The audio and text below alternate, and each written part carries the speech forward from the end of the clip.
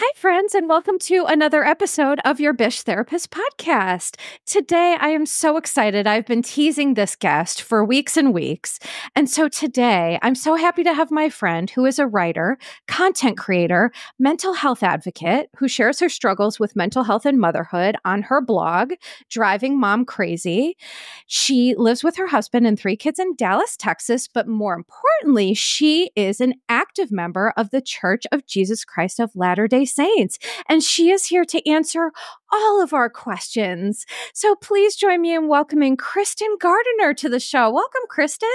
Hi, how are you? I'm so good. Thank you so much for coming on. I'm so pleased to have you here. I'm excited to be here. Good. So for weeks, I've been talking about you.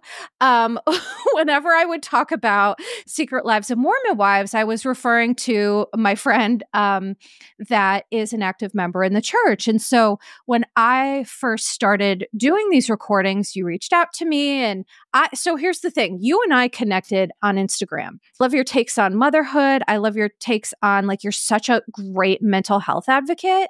I'm so glad that we're able to collaborate. And by the way, I'm glad that we met because, the internet isn't always known for meeting like great people.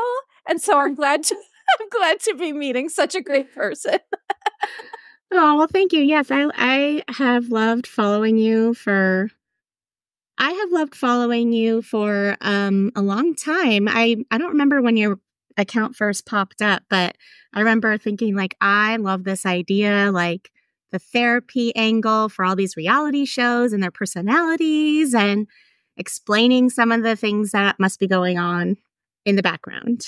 Right. Well, thank you. And yes, vice versa. I think we just had a mutual adoration and respect for one another because you do really use your platform to truly do the good work. You talk about, you just had this post I loved, a medicated mom is better than a dead mom. And so I think that you and I have similar missions, right? To take the stigma out of mental health by putting our beautiful faces to it and telling our stories. And by the way, for people, anyone who's watching this on video, I look like an illuminated ghost because we have this huge window in the front of our house and it's sunny for the first time in weeks here. And it just so happens to be shining right in my face. But anyway, so what I really want to talk about today is, so Kristen, you've watched not only Secret Lives of Mormon Wives, but you're a huge Bravo addict. You love Bravo. You watch all the Housewives. And so today, what I want to talk a little bit about is your experience with Mormonism. And I know it kind of had an interesting start, with your husband and you weren't, born into the Mormon faith. So could you share a little bit about your origin story? Sure. Okay, so my husband and I met when we were very young, which is interesting given the show, how young a lot of the people are on this reality show, right? So I was 19 and he was 18. I was going to college at Texas A&M and he was going to the community college there. And we met working at Whataburger, which for those who don't know is a fast food restaurant, very popular in the South and Texas especially. We were friends first. I was dating somebody else in a long distance relationship. So we hung out so much. Like we were got really close really fast. And I think after about 9 months or so, my other relationship blew up completely predictably. It blew up, like everyone could see it except me. And isn't that always how it goes? Yes, it is. Yeah. We're the last to know. Rude. I mean, it was horrible. Like he was about to move in with me and my roommate, which is so weird when I think about it now. Like me and my girlfriend rooming together, and he was just going to move in with us. Like, I don't know, but he was old. Like it was just such a mess. Anyway, so after that, a few weeks later, we started dating.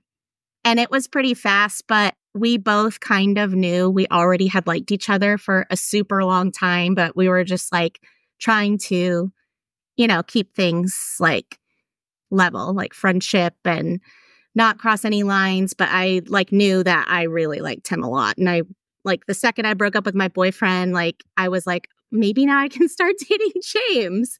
And that sounds very unhealthy when I say it out loud. Kristen, can I just interrupt for a second to tell you that my husband and I have almost a exactly similar story, except I was 20 and he was 20. And I was dating this terrible person that I had been dating off and on for a long time because I didn't know my value and my worth and all of that. And I was dating this person when I met my husband, my now husband. And I literally, as soon as I met my husband, I called this guy and I was like, hey, we're done. Bye. And I never talked to him again. And I've been with my husband ever since. So I'm just validating for you that love stories sometimes have a rocky beginning, but no judgment here. Yes, I love that for you. I love that. I wish I had been smarter. But no, I really think everything happened how it was supposed to, because I am so glad he and I were friends first for what felt like a really long time, 9 months before we started dating, because like we really knew each other and I trusted him a lot. And you know, we just clicked. And it was great to have that as like a foundation for our friendship and our relationship. And, you know, pretty quickly, it was like probably a month after we started dating, we were like, I love you. I love you. And we've been together ever since. But it was sort of like that first couple of months together. Then after that, we were kind of like, okay, like this religion, this is it, you know, something that is going to be like affecting our future. Because he was Mormon and you were, what were you practicing? Or were you going to the Episcopal Church or Diet Catholic, as we used to say? Listen, as someone who grew up Catholic, I freaking love that. Somewhat, go right along with my Diet Coke, which I know is bad, but I'm sorry, Kristen. I just went on a rant about Diet Coke the other day. I know, I listened to it. I'm so sorry. It's okay. Like seriously, everyone says it, so it's just out of love. It's out of love. It's just not something I'm ready to address yet. And that's more than fair. You're welcome to that. You're welcome to that. But anyway, please continue. Yes. So, it was funny. I have to say, like I told you the other day, that show, Nobody Wants This, that's on Netflix. Like it just really like hit me in the feels a lot because it had a lot of like similar themes and kind of a funny beginning. How she, was making jokes about rabbis and like making assumptions about what they might look like. And it was funny because one of the first times my husband and I, while we were friends, like we went out to dinner, we were at Chili's, like one of our favorite places. And love Chili's. Love it. He was saying, hey, there used to be a Whataburger in Utah, but it went out of business. And I was like, yeah, that's because all those crazy Mormons don't drink soda. And he didn't laugh. And then I was like, you're not Mormon, are you? And he was like, yeah. Oh, no. I was like, but you drink Dr. Pepper all the time. And he's like, yeah, that's not really like the thing. It just, it's kind of what a lot of people assume, that it covers all caffeine, but that's not what it is. And I was like, I am so sorry. I'm so embarrassed. I'm so sorry. It was so embarrassing. But, I never want to hurt people's feelings. But that was my first, instinct to say. Yeah. Well, and here's the thing. What I appreciate about you sharing that is that sometimes from the outside looking in, these rules can seem wacky, right? They can seem strange or contradictory. And so, I always come from a place of talking about any religion with respect and dignity because, I just think that's really important. So while we're joking, it's funny and it's a very human thing for you to initially have made that joke, because little did either of us know that that's a lot of Mormons. It's all about the soda. That's what they do. But you had these preconceived notions. So after that, how did you guys what did that look like for you? Well, so we were a few months into dating then, and we, he hadn't been going to church super regularly at the time. We're in college. A lot of people kind of go through that phase where they're not sure if they want to participate in church or continue or whatever. But, he did mention like, yeah, this is something that is important to me. And like in my future, yeah, I do want to have the church in my life. And I was like, well, how about you go to church with me and I'll go to church with you and we'll just take it from there. So he went with me to the Episcopal Church, which I didn't attend super regularly either, but I did have friends that went there, friends I had grown up with and gone to like church camps with and things like that. So I was familiar with like the local congregation. But anyways, afterwards, I was like, so what do you think? And he was like, well, it was weird. And I was like, what do you mean it was weird? Like, your church is weird, not mine. and he was like, it's all this is reality. Yeah, exactly. He's like, there's all this standing up and sitting down and everyone saying the same prayers in unison. Like, he's like, I've never seen anything like that. As someone who grew up in the Catholic Church, oh my God, that's so spot on. It's funny because that, like, it's very similar to the Episcopal Church and like the format. There's a lot of the same standing up, sitting down, like prayers in unison, the same prayers every time and things like recited. And he was, it was just funny because like on his perspective, he's like, this is cultish. Y'all are chanting. Like, okay. And I'm like, what do you mean? Like, I was so offended. But then, we went to his, church, the local congregation, which I love in college towns is that there's a lot of congregations that are just college students. And they have a specific congregation that meets at a certain time at, the local Mormon church there that is just for college students. So you show up expecting to see all these weirdos, and it's all people your age that are like doing the same things you're doing, going to class, getting an education, going to Texas A&M. We're all Aggies. Whoop. And, I was still afraid though. Like I was terrified. Like I thought people were going to come up to me and be like, you must join our church, get baptized. And nobody was like that. Spoiler alert. Okay. People were just normal. And people were friendly. It was nothing out of the ordinary. And I can't really remember the specifics of it. But I did remember, like, there are some meetings where about once a month, they call them a testimony meeting, where people in the congregation can just get up and there's a period of time where you can just go up to the pulpit and the microphone and just like say stuff. You can declare like what you feel like your beliefs are, what experiences you've had lately that have strengthened your faith.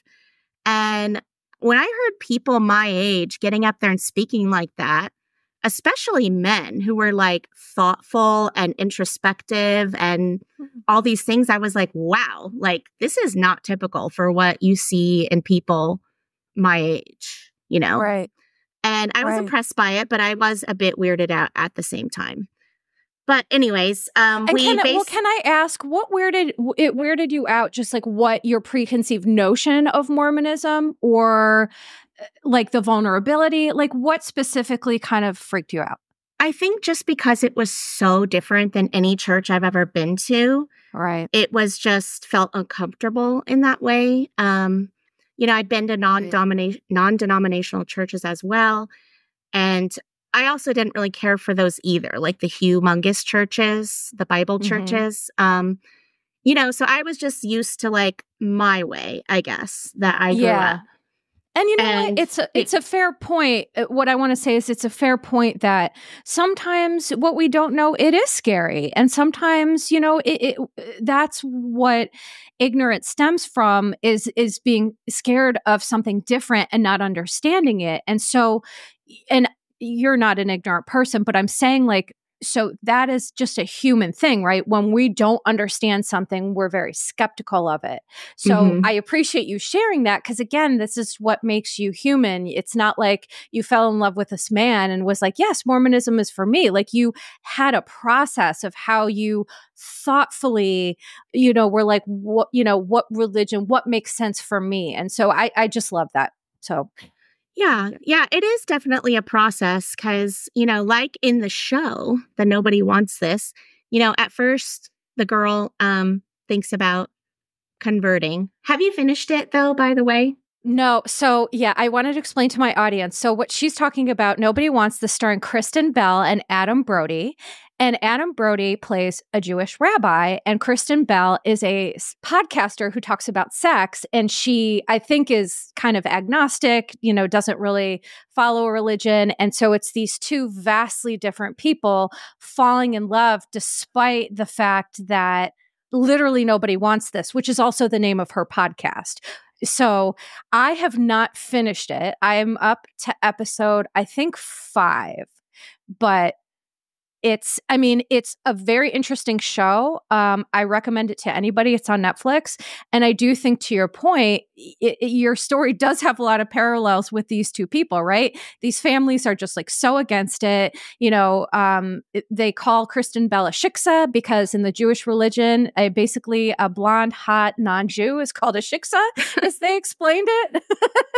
And, it speaks to the whole fact of like, love is love, and love transcends our, religious practices. And so, so please continue.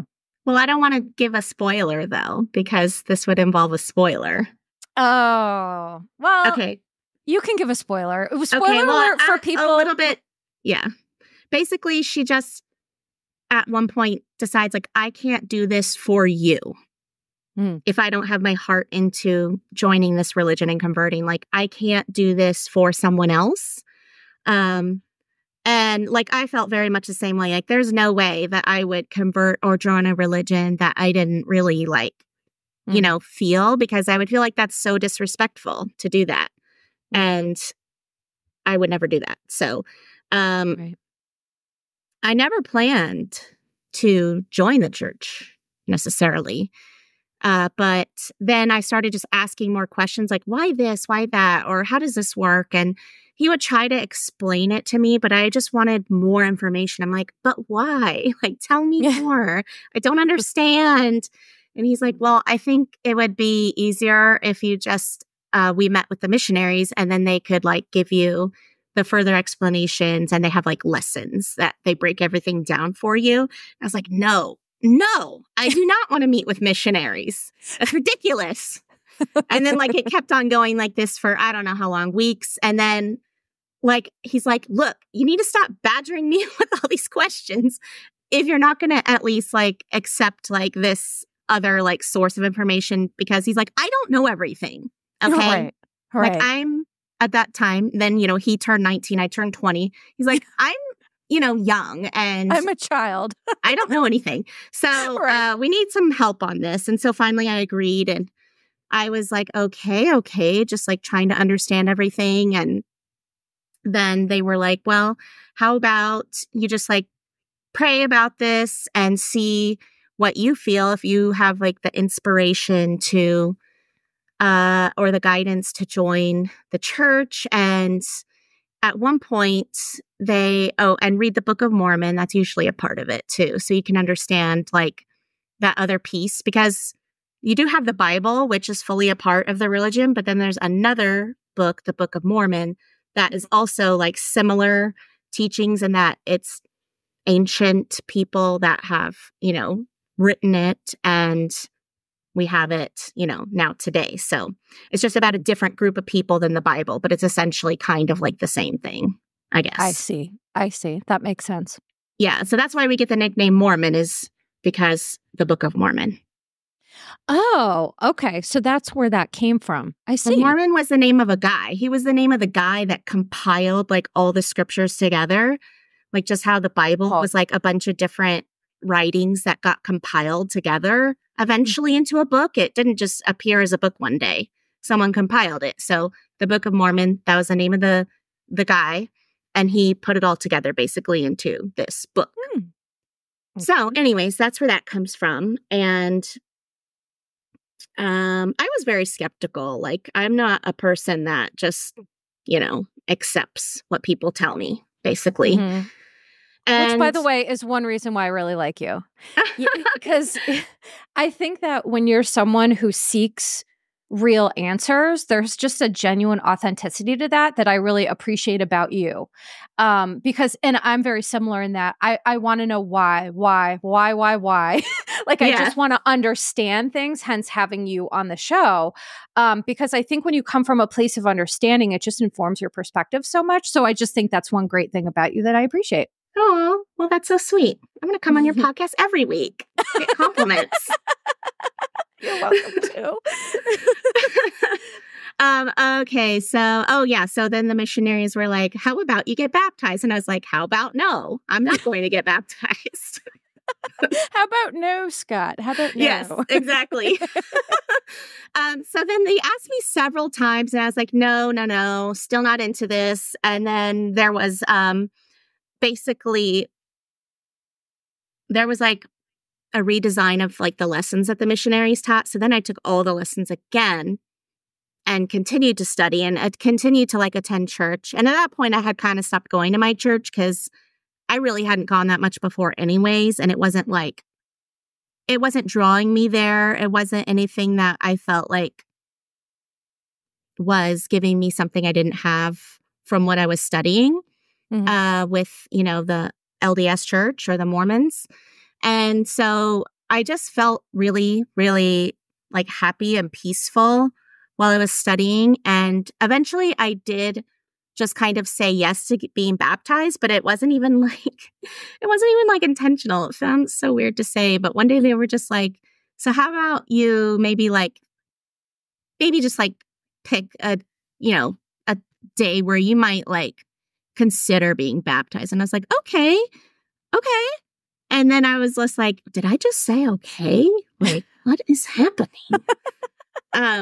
Anyways, I continued to pray about it. So there's really, contrary to what some people believe, there's really a lot of emphasis on like praying to know for yourself what's right on all of the things, on joining, on what you choose to practice, what you choose to follow, what decisions you make, like the power of choice, which like we use the word agency, is so important. Like it's so, so important to. And that's one of the tenets that I fully love and I fully agree with, because really what it is it's being intentional, right? It's becoming self-aware through prayer, and determining your gut. So like essentially what I always talk about is that I believe we have all of our answers, our gut, we know what's best for us, but it's, do we listen to that? Do we self-reflect on that? So really what I'm hearing is this is a way essentially to go about that, to self-reflect, to say, what do I really want?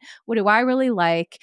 And doing that authentically, which I think is a wonderful, it's just a wonderful skill in my opinion. And so I think that's great.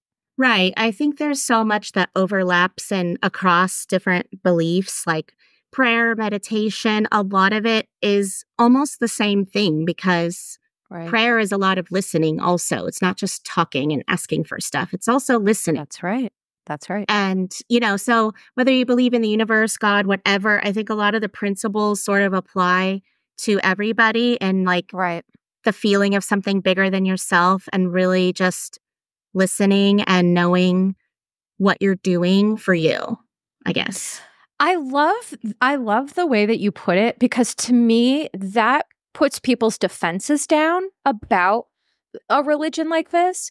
Because, when I was working I worked in an inpatient residential treatment facility for drug and alcohol use, and it was based on the 12-step program, which, talks a lot about God. And so there were a lot of folks who had a hard time because they weren't particularly religious. They had a hard time with the God title.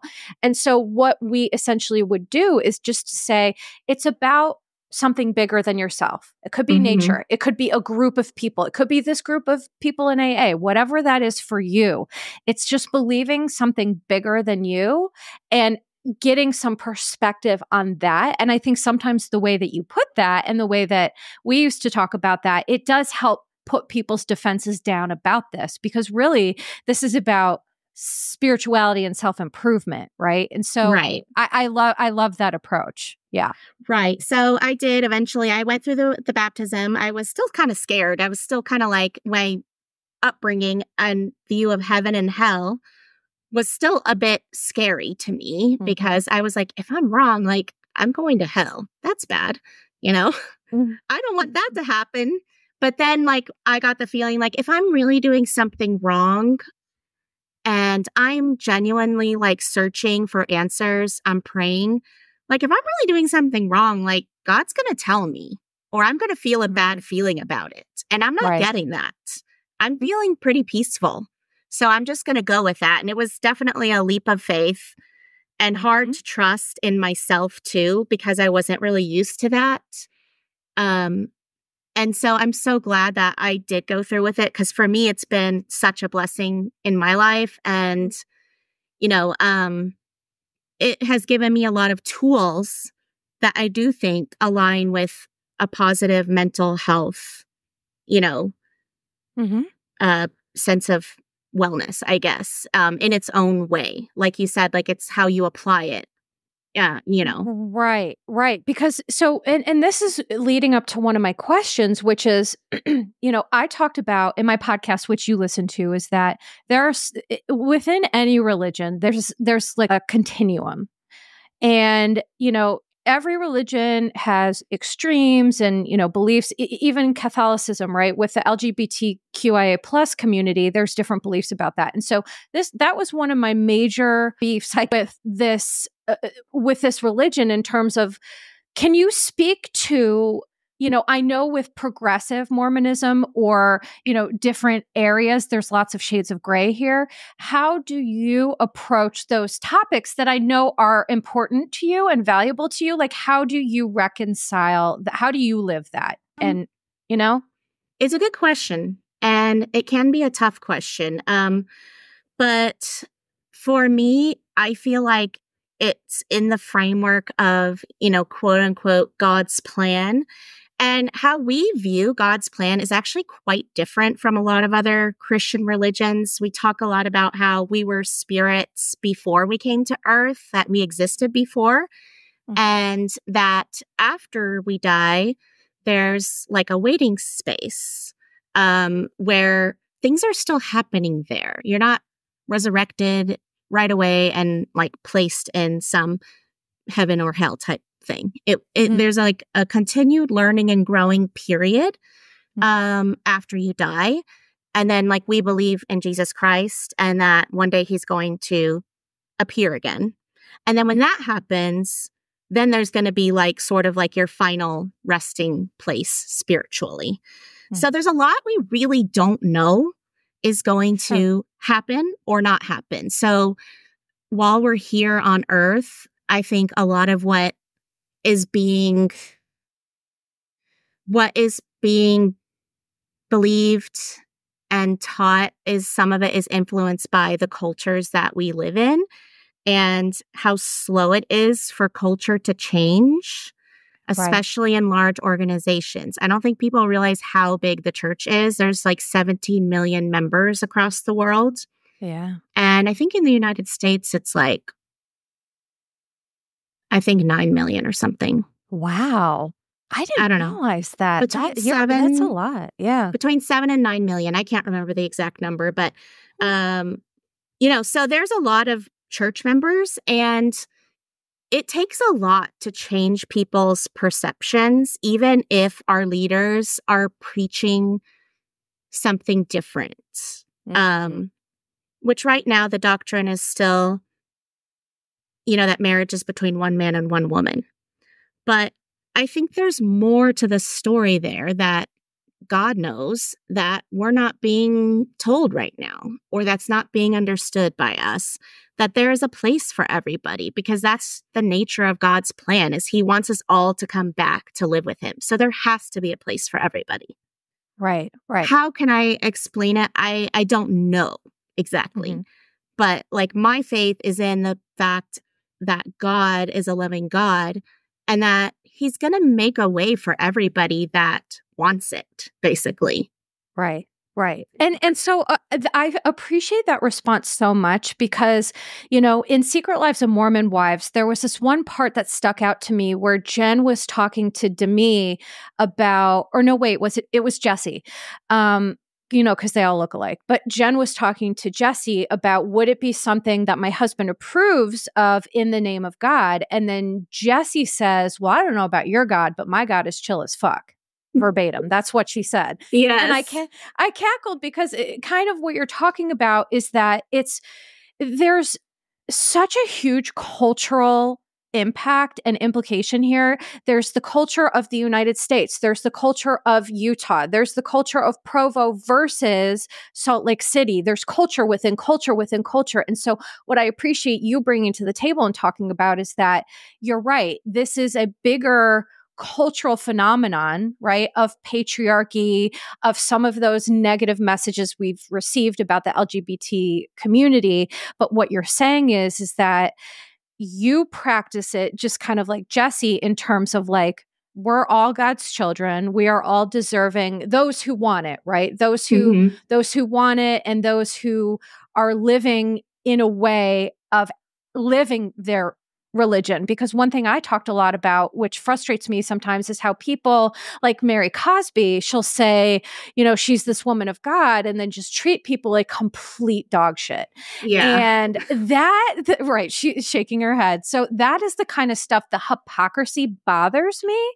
But to hear your explanation of that definitely does help me. And hopefully it helps the listeners too, because that does make sense. Not everyone who practices this religion is anti-LGBT or, patriarchal or what have you. And so you're taking the tenets that you're learning and you're applying them in ways that makes you the best person you can be. Is that fair to say? Yeah, I do agree. Okay. Mary, we could talk all day about her. Oh, I could, and I have, because she bothers me so much. She bothers me a lot too, like a lot. I'm happy to hear that. Yes, Mary is very problematic. Oh, I guess just to go back to culture, I just wish, I don't want to excuse people that have bad behavior. But I do think we need to get the context of how culture changes. Like, I mean, look at the United States, look at racism, look at all the other problems that we have. Like, you wouldn't think it would be that hard to change how people see things, but it is. Yeah. And it has still not been completed. All of these things that we've done to try to improve our culture in America and the things that we value. And we can't agree even on like the simplest things. That's true. You would think it wouldn't be that hard, but unfortunately, in every place that people exist, that happens. You're correct. You're absolutely correct. I wish I could control people, but I can't. It's that darn freedom of choice thing. Oh, that darn freedom of choice. Oh, and the other thing that really bothers me is accepting that I can't control anyone but myself. That really gets me. But that is so hard.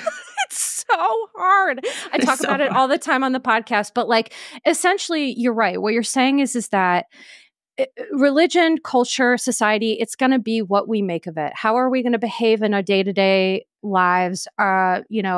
There, like in Catholicism, I've talked about this. There are people in Catholicism who believe that being gay is a sin. And I'm just like, no, that's your interpretation. That's not mine. We're not doing that.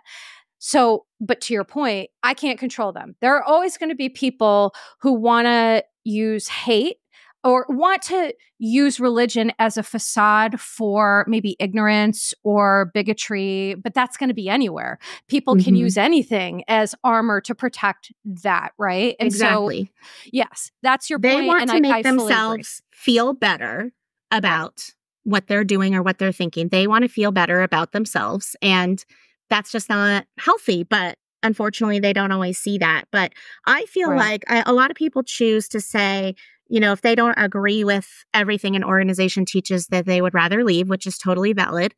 But I feel like my voice is powerful and important in helping change the culture. And that's what I want to do with the things that I believe in. Because even mental health, I won't say that like mental health has been talked about a lot, especially recently by our church leaders. And I'm emphasizing that it's real. Depression's real. You need professional help a lot of times, and that it's not just something you can pray away. And, but yet there's still people, usually old people, sometimes in Sunday school, that will like raise their hand and say something. And I'll be like, no. And I'll raise my hand and I'll be like, that's wrong. And that is not supported anywhere in the scriptures or by our church leaders. You are the one that is making up your own reasoning here. Snaps, snaps. Love that. Or maybe 50 years ago, maybe they did say that and that was wrong that they said that 50 years ago. But we're all learning and we're all having to accept, like we need to be accepting what we learn about psychology and about everything related to human development. Like we're learning. So we learn, but what is it? You know better, you do better. That should exactly be our goal. Right. Yes. And that's a generational thing too. I mean, you're right. Not to bash, because, not to bash, but just because we used to do things a certain way doesn't mean that's the way we continue to do it. As you said, as I always say, we can only do better once we know better. And once we know better, we have to do better for not just us, but for each other, right? That's what advocacy is. When you're an advocate, you're not just an advocate for like your particular thing that you're interested in. It's like, being a true ally and a true advocate is doing what you're doing. It's doing the work and it's calling someone out and saying, listen, kindly and respectfully, that is not correct. That is an outdated, kind of ignorant view to take. And we're not on that road anymore. So join us on this new road. But unfortunately, not everyone is going to join us. Some people are and some people aren't. But you using your voice to me is just so special and wonderful. And I'm really grateful to hear that. Well, thank you. I'm certainly not perfect. And, sometimes my mouth does get me into trouble. It's usually with women though, not with men. But I don't know. Women can be catty. But as seen on TV, right? On all the shows we watch. Hello, housewives, anybody? Yes. Yeah. I'm far from perfect. I'll just get it out of the way. I'm a straight up hypocrite in lots of ways. Like I love me a little bit of gossip and, the tea and all of that stuff, which, I don't know if God's gossiping up there. But Kristen, can I be honest? I think that's just being a person. I think so too. I think being a person and being human, nobody's perfect. I'm certainly not. I joke with people all the time on this podcast. I'm well-spoken and I have a calming voice, but girl, I can yell. I can blow up. I can yell. And I am not always this lovely, well-spoken person. And so whatever context we're talking about it, I just want to say it's your humanity. And being human means accepting that we are imperfect and sometimes hypocritical or, being emotionally intelligent doesn't mean you always do the right stuff. So I think it's just important for me to put that out there is that, that stigma, I think we need to just get out of here because I want to say quickly, to me, hearing you talk about this, I just respect so much how you're managing all of this and how you're living your values.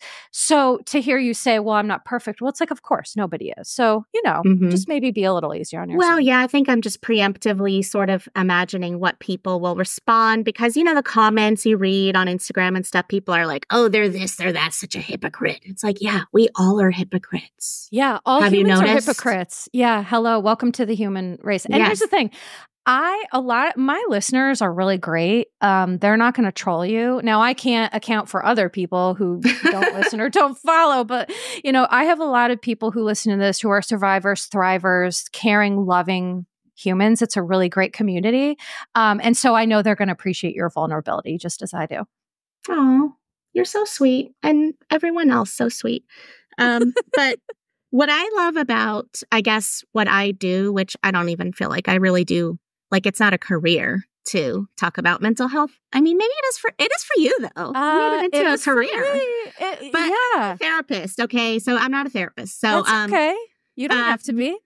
But what I have found is that the most powerful way I can use my voice is by sharing my personal experiences and stories, because people can't really say that that's wrong. Sometimes you can say a fact and people can be like, that's not true because the almanac says blah, blah, blah. And I can be like, well, this is my experience. And I know that when I developed depression during my pregnancy, that was sudden. Like that was related to something not related to my moral, capacity, or something because I wasn't doing something that I should be doing or whatever. Like, because I know what I experienced. And I know that when I started taking medication, I felt better. No one can say that that's not true, because it is true for me. Everyone has their own experiences, however. So mine's not the only right experience, but I think just the whole process of sharing your experiences, whatever they may be in life, really helps people to understand. People care more when it's like a personal experience, when they really get that feeling of like, wow, like someone went through this and I know them and this is what happened. It helps. Yeah. So many of the listeners listening to this, really how I've made a career out of this is by doing just what you said. Sharing, I call it sharing my experience, strength, and hope. That's what they call it in the program of AA. I'm not in the program, but it's just a good way to express what you're talking about. And I think that for me, the greatest success that I have, it's not because of Bravo. It's not because I'm smart. It's because I'm willing to share my experience, strength, and hope and be vulnerable. And I can't tell you how many messages I get from people about, thank you so much for talking about this. Thank you so much for talking about mental health or physical health or the intersection of the two. And I think that for me as humans, what I'm learning is that it's not about any of this other stuff. It's about that. It's about sharing our perspectives or vulnerabilities. And that's how I think we can develop these really strong connections with each other. And I think that's how we learn most, right? It definitely. Me anyway, that's how I've learned. Yeah, that is so true. And when I was sort of like thinking about some of the questions you thought maybe we could discuss and how I handle it or how I do teach my children things. And I really had to think about like, how do I do this? I don't know. And for me, like the best summary I guess I can come up with is I have spent a considerable amount of time listening to other people's experiences. Mm-hmm. And I gather that data in my mind, unscientifically, but it's anecdotal evidence. But I have just really love that part of the internet of being able to read and hear about other people's experiences and seeing like, okay, I can learn from this. Like what happened in this person's life that, was unhelpful or harmful to them, and how can I not do that as a parent? Because it's so hard to be a parent. There's so many things you have to think about nowadays. There's so much information. Do this, do that, don't do this, don't do that. And, our parents like had it so easy. Sorry. I mean, I know parenting is always hard, but like. No, so I grew up in 81. I was a feral cat. Okay. Yeah. I was a feral cat. None of my health issues my parents even knew about, because just like no one paid attention to. They were like, go outside, ride your bike, come home when it's dark, and oh, your arm's hanging off? We'll push it back in and let's move along. It's like, your child is alive. Check. I did my job. And that's all, Do you remember those commercials in the 80s and 90s that they had to remind parents, do you know where your children are? Where are they? A real commercial. I remember. Today, parents are like, oh my God, are they happy? Are they healthy? Are they in a good mental space? Are they having anxiety? Are they eating the right? It's just like, yes. And then the state of the world with gun violence in schools. I could not imagine, I don't have children. I lost my ability to have children due to ovarian cancer. But what I can appreciate is I have no idea what it is to really struggle with that. But I can see from the outside looking in how scary that must be. Terrifying. It is. It is very scary. And, it just feels like so many things are so weighty. Like this could be a life or death decision that you're making here. And, even, like gun violence in schools. It really is so scary. Like, this is unprecedented in our generation. Like, of course, the past, it hasn't been new, but like it's increasing all the time. And right. I had my first experience where I was live texting with my son during an unplanned lockdown. And he's like, Mom, I don't know what's happening. We're in lockdown. It was during the passing period. So he knew it wasn't like a standard drill. Yeah. And that was terrifying. And I didn't find out about it from the school until after school was over. So they're like not even telling you what's happening until like the end of the day. Oh, and they're like, oh, well, the alarm inadvertently went off. I'm like, okay. Glad everything's okay. And he was fine, and nothing bad happened. But then it happened again at a different school because there's 2 different campuses like related to the high school here. Mm-hmm. And so it happened a second time. And then it happened at my younger kids' elementary schools. I was like, what is going on that these alarms are inadvertently going off every other week? Right. I am having a heart attack every other week, wondering what is going on. Here's the thing. I hear you saying that everything was fine, but in reality, what I'm here to say as a therapist is everything is not fine, because that moment where you're texting your son, he's scared, you're scared, that's trauma. And then you send them back to the same place every day, just hoping and praying that today isn't the day. I'm getting goosebumps as I talk about this because I have 2 nieces and a nephew who I am obsessed with, and they're not my kids, so it's not the same, but I think about that every single day when I wake up. I'm not kidding. It can be crippling when you love a child, but I do just want to point out that is traumatic. It's not, oh, this isn't a big deal. It was a false alarm. It's like, it's just scary. I just want to validate that. Oh, yeah, you're right. You're right. It is. And I worry about what it's doing to their mental health. Because as do I. It's so sad when my 2 little ones, they're 9 and 12, so they're not like babies. But, when they told me, Mom, the alarm went off today when I picked them up, they opened the door, they came in, and my youngest is like, I was holding my hoodie over my head in case I got shot. And I was like, oh my God. Okay, that is not going to help, but I am grateful that you felt safer because of that.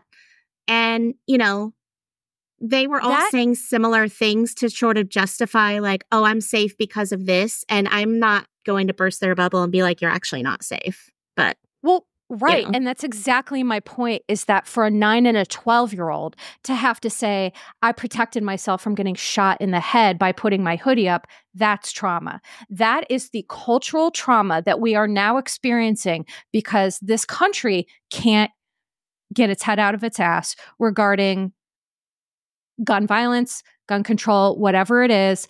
Right. It's one of those cultural things. So I am so grateful for you to share that. And I know we've talked about a lot, but one thing I do want to talk a little bit about, going back to Secret Lives of Mormon Wives, is that, before I lose too much time, I wanted to get your feedback on, as you were watching it, was there anything, speaking of the culture and all of these cultural shifts, was there anything to you that stuck out that maybe to an average person maybe wouldn't have, or, I don't think there's a whole lot that was, just not perceptible to everyone else. I thought the soda thing was pretty funny because it is true, especially in Utah, that there are so many soda places, and like Swig just opened up a location here in Texas where I live. No. And my friend was so excited because she got these gift cards to sell as a fundraiser for her daughter's like volleyball team or something. I was like, sure, I'll buy some. Like, of course I'm going to go there. And we were so happy when it came. And, Sonic does kind of have the same thing where you can get these different sort of mix soda drinks and things. And it's just like, let us have what little pleasure we can have here, Oh, for sure. Just have the soda. For sure. Like, I find it interesting and it's kind of funny, but like, I talked about in my last podcast, everyone needs like a vice, like even I can't drink caffeine because it gives me migraines, which is so annoying because I just raw dog chronic fatigue. It's so annoying. Jeez. But even like caffeinated soda will give me a migraine, but like, yeah, no judgment here in terms of, and honestly, I'm not going to lie, swig does look great. I would definitely try swig. I live on the East Coast, and so that's definitely most likely not coming here, but it looks like a better than average soda kind of. I don't even know what you would call it. They don't have that. They don't have things like that anywhere else, right? That's pretty unique. Yeah, it is definitely more popular there. And I think it's growing in popularity, especially now with there's a lot more sober movement. So people are looking for alternatives, which is great that it's becoming more popular. I love. Yeah. I love a sober option. Mm-hmm. Yes. So it is fun. And, I like to get a Diet Coke with lime and cranberry. Oh, it's so good.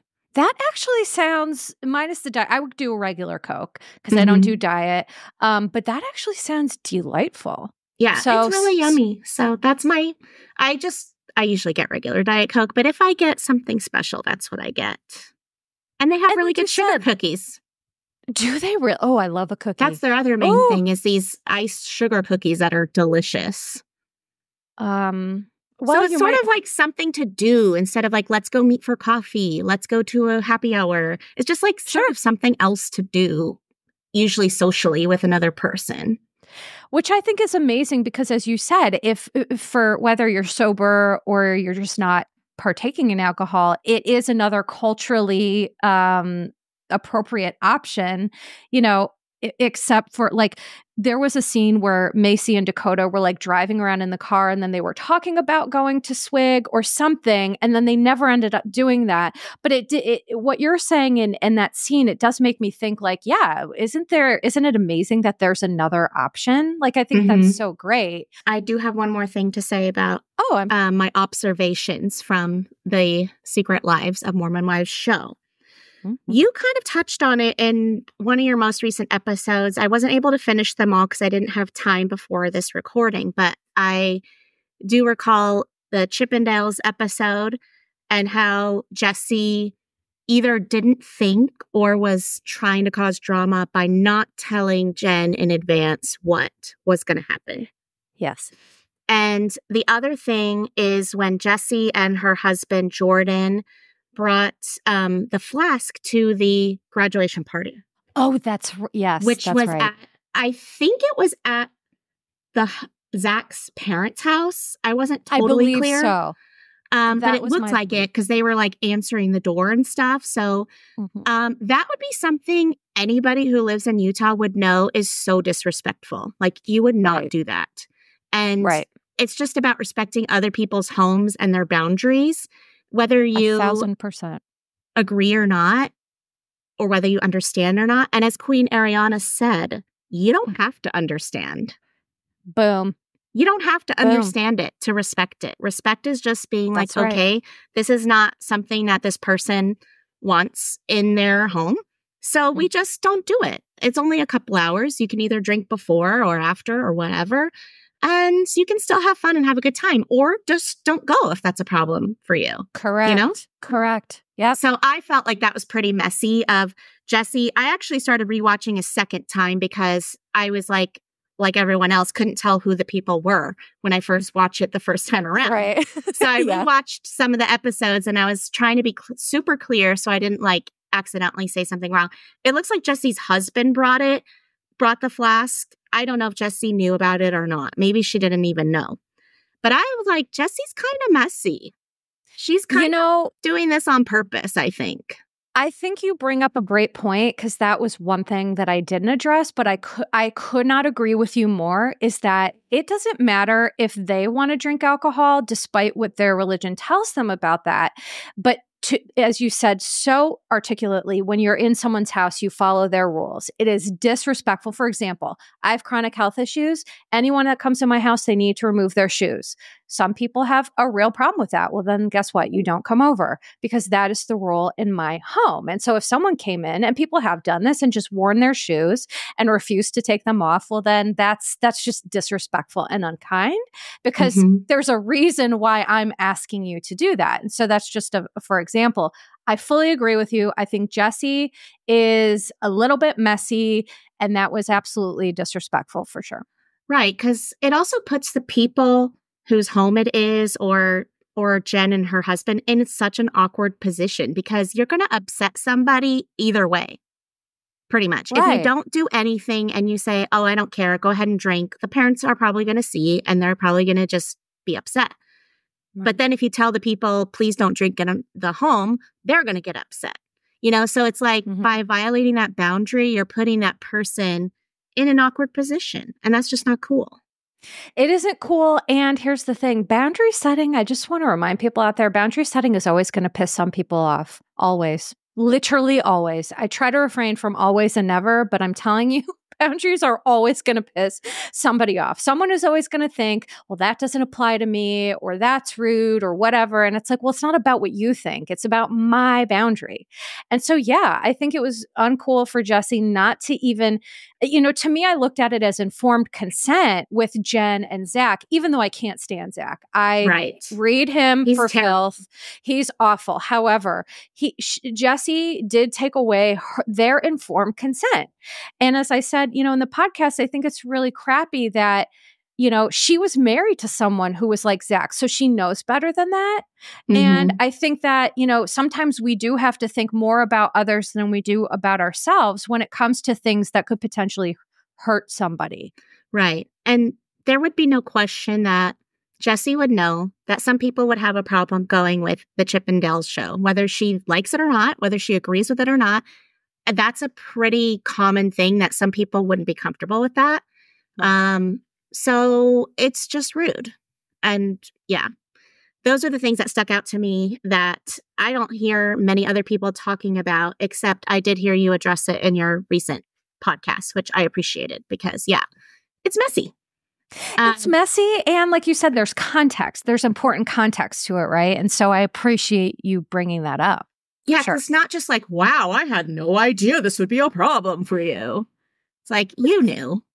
Right. Like, get with the program. Come on. If I knew enough to talk about this on a podcast, knowing nothing about Mormonism, Yes, right. Agreed.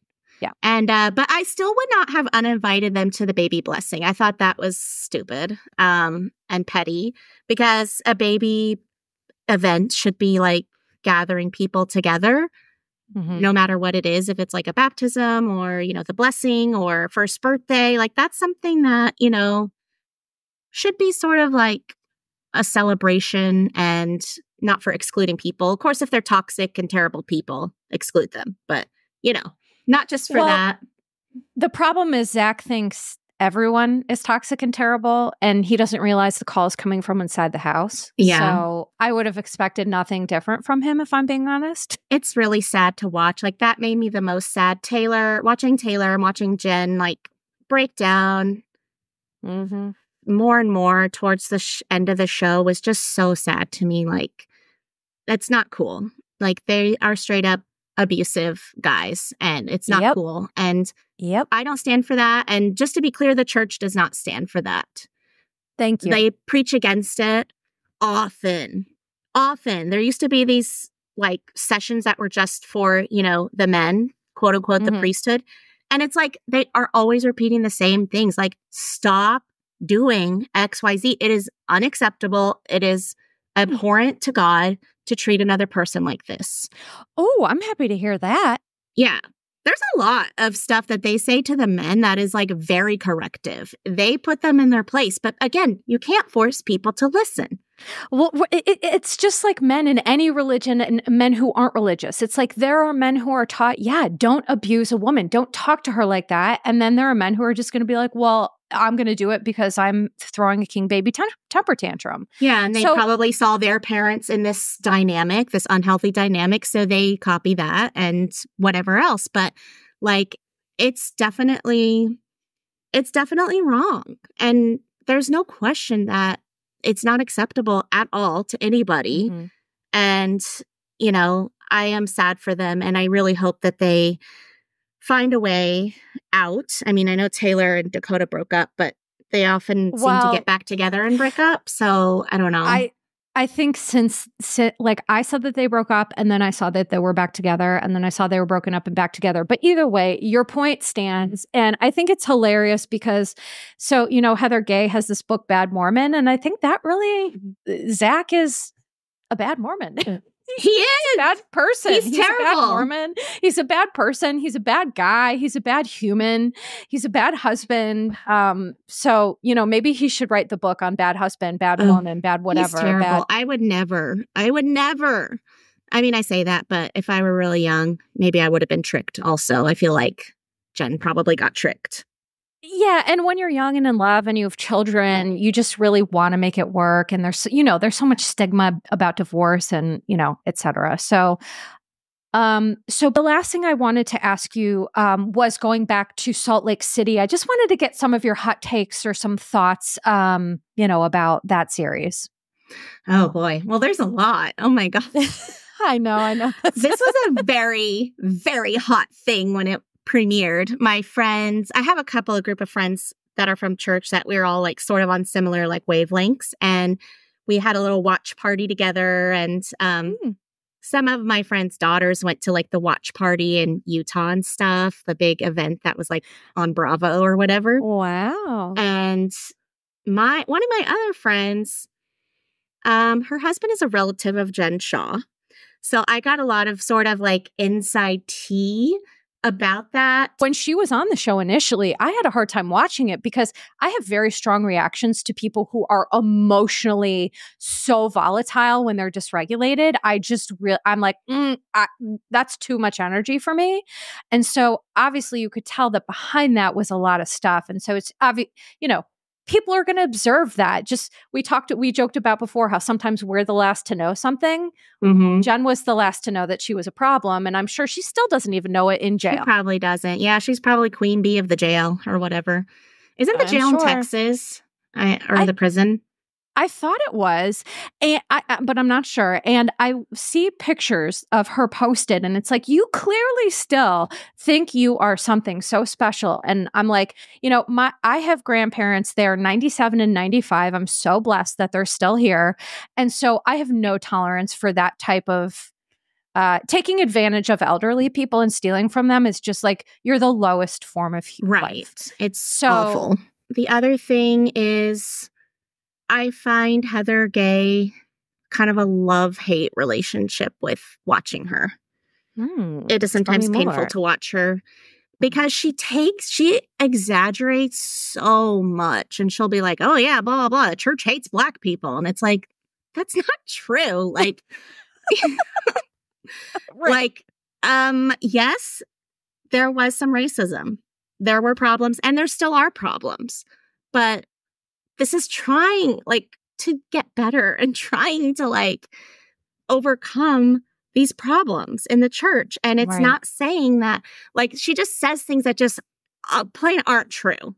Right. And I could go into more specifics, but it would take forever. But she says, the church says that you cannot go to heaven unless you are married. That's not true. That's just not true. I'm glad you pointed that out, because I had another person who follows me who is a practicing Mormon, and they said the same thing because I posted about it, and they said that is not true. That is absolutely not true. And so, and listen, Kristen, maybe you need to come back and we need to do a whole episode about that, because Heather Gay bothers me a lot. I get the sense that she is performative. I get the sense that she is loyal to whatever she thinks will garner her the most favor. Right. And I don't enjoy people like that. They're not my people. So it's interesting to hear you say that. I think she definitely thought, like, I'm going to make a splash if I say these outrageous statements in the worst possible way, the most outrageous possible way. I'm going to get attention from that. And that's how I'm going to, she launched a book from it and then a second book. So she is being successful with that strategy. I do love certain things about her. it's kind of like all the people on Salt Lake. I like and dislike things about them all. Right. But that is the thing that bugs me about her is I feel like she definitely will say whatever she thinks needs to be said to get her the attention that she wants. And, Right. you know, I just feel like it's not totally truthful. I know she had a bad experience. I validate that. But at the same time, because, you know, she talks about how like people in her family won't talk to her or something like that, or, you know, and it kind of is always like the church says you must disown people. It's like, they don't say that. They say you should retain your family relationships as best as you possibly can. Like, that's important to preserve your family relationships. You just have a shitty family, Heather. I'm sorry. They sound like they were abusive in some way. Because it sounds like her husband might have been abusive. I'm throwing out these accusations I'm not qualified to give. But it sounds like we're going to throw a big allegedly in there. Allegedly. It just sounds like there's other things at play that, like, she never really talks about her parents, if you notice that. She almost never does. That. It's so interesting that you bring that up. And for me, that's how I know usually that there's a toxic family system is if you hear someone talk a lot and you don't hear them often talk about their parents, that means something. So I don't know exactly what's going on there, but I get that, like, yes, there are some things in the church that can be harmful, but that's not the only influence in your life. How your family raises you is the most impactful thing in your life, how your family raises you. And it doesn't sound like they were very kind people. Yeah. And so I think this is a good way to end the podcast because the way we started it is really with, it's about how perception is our reality and how do we live our values. And so, you know, we can't make broad sweeping statements about Mormons because I've learned a lot today. And I have to thank you for that. And I know that my audience, I'm sure, has learned a lot because it really is it's not about the religion. It's about the person practicing it and how do they live it and how do they utilize it. And I think, you know, you're a great example of someone who practices and lives faithfully you're a good human, you're a good citizen, you're a good mother, you're a great advocate. And I'm just so happy for my audience to get to know you a little bit. And, you know, I do hope that you will maybe come back and we can talk about some other great stuff. I would love to. I love your podcast and I love talking. So it's a match made in heaven. It is a match made in heaven. So before we end, though, can you please let people know, plug and promote, where can they find you and let them know, you know, how to find you? Well, I am on Instagram and Facebook and a little on TikTok, but not really. Same. I'm not mom talking at all. I'm not either. And listen, I've tried to get into TikTok. I just cannot figure out that algorithm. And I don't think I'm there. I don't think I'm the demo for TikTok. I think I'm the demo for Instagram and for Facebook. Yeah, I agree. I get confused on TikTok. I'm like, this is how I know I'm old. I'm like, it's so loud in here. Like, it's just too much, you know? I love that. Agreed. So at Driving Mom Crazy is my handle on most things. So, yes, mostly I love Instagram the most. So that's where I live most of the time. Same. And that's why we connect because, you know, I basically never go on Facebook. I just automatically, like there's a feature where you can share stuff on Instagram automatically to Facebook. Right. So I do that, but I really like never go on there. And so, but that's why you and I are so well acquainted because we basically live on that app. Yes. I love Instagram. And I am putting together an ebook of some of my writings. I do a lot of writing. That's where I started sort of like grow my Instagram is sharing about my personal experiences related to mental health and motherhood and things like that. So it's going to be a very rough ebook because I have never made one before and I'm doing it by myself, but I am going to try. So that's coming soon. Well, I will be happy to support, plug, and promote because guess what? Ya bish, none of this was even in my wheelhouse. I don't know what I'm doing, but I'm doing it anyway. So will you. Yes, and exactly. It's going to be great and it's going to be wonderful. And when it does come out, we'll promote. But thank you, Kristen, so much for coming on. I have a feeling you'll be back and can't wait until next time. So everyone, please follow her. Please check out Your Bish Therapist everywhere. Instagram, TikTok, Facebook, and YouTube.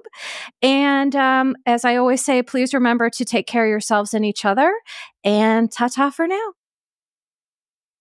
Disclaimer. Posts are not intended to diagnose, treat, or provide medical advice. Your Bish Therapist is for entertainment and informational purposes only. The podcast, my opinions, and posts are my own and not associated with past or present employers, any organizations, Bravo TV, Greyheart Productions, or any other television network. The information in YBT podcast and on its social media is provided for general informational purposes only and is not intended to diagnose or treat. Please do not act or refrain from acting based on anything you read, see, or hear on YBT podcast or associated social media. Communicating with YBT via email and or social media does not form a therapeutic alliance. Melissa, operator of YBT, is unable to provide any therapeutic advice, treatment, or feedback.